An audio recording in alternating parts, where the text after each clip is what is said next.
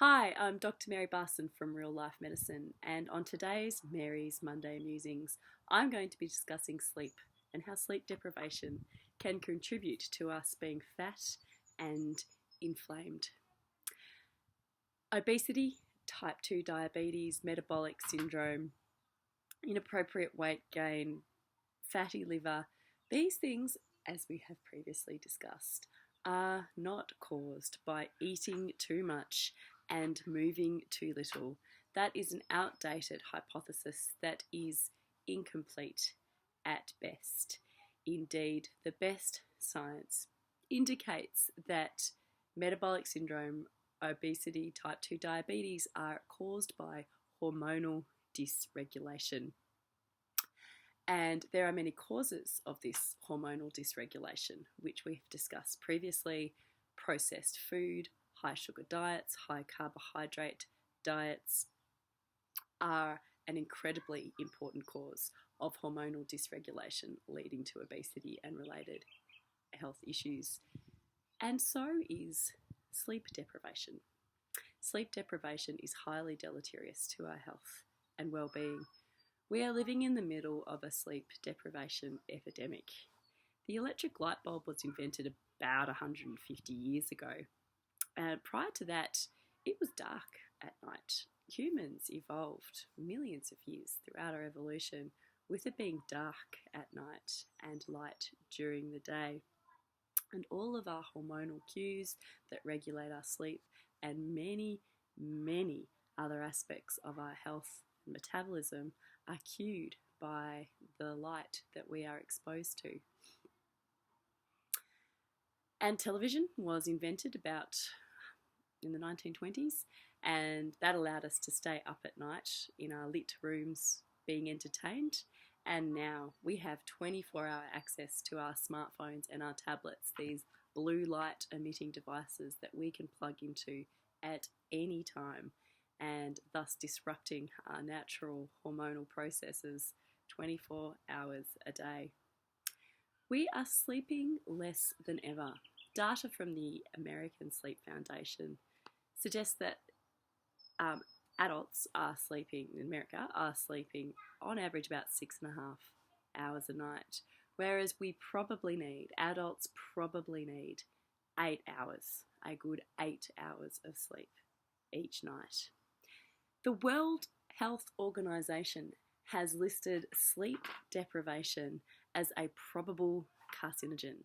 They are saying that sleep deprivation probably causes cancer. This is huge.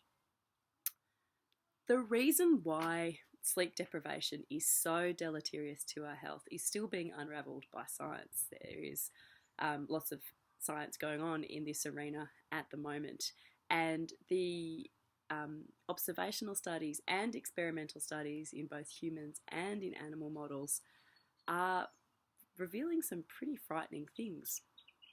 The sheer extent to which sleep debt adversely affects our health should have us all standing up, paying attention, and going to bed earlier. And among the negative effects of sleep deprivation is weight gain.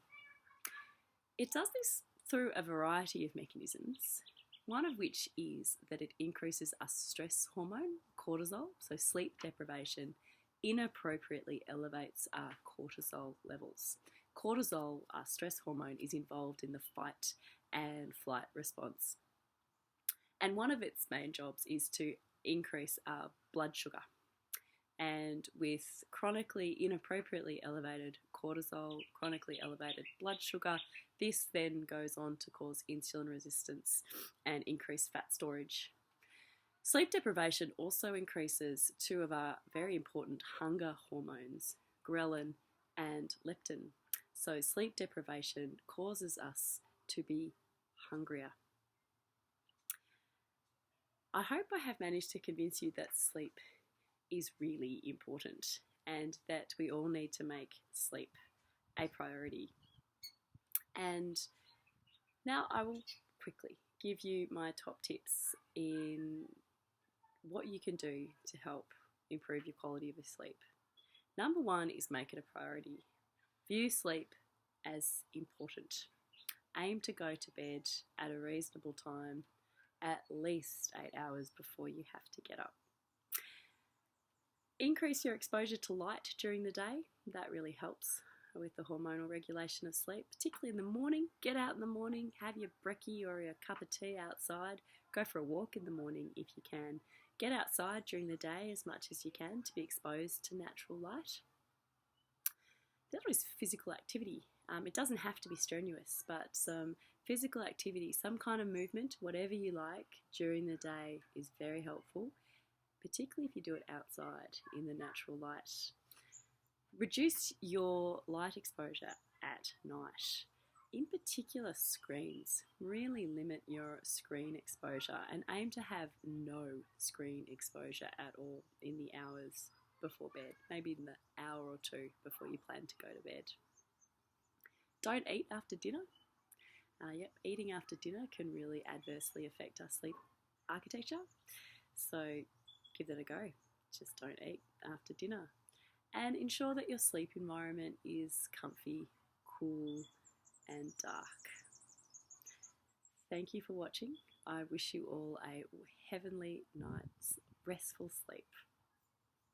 Thank you.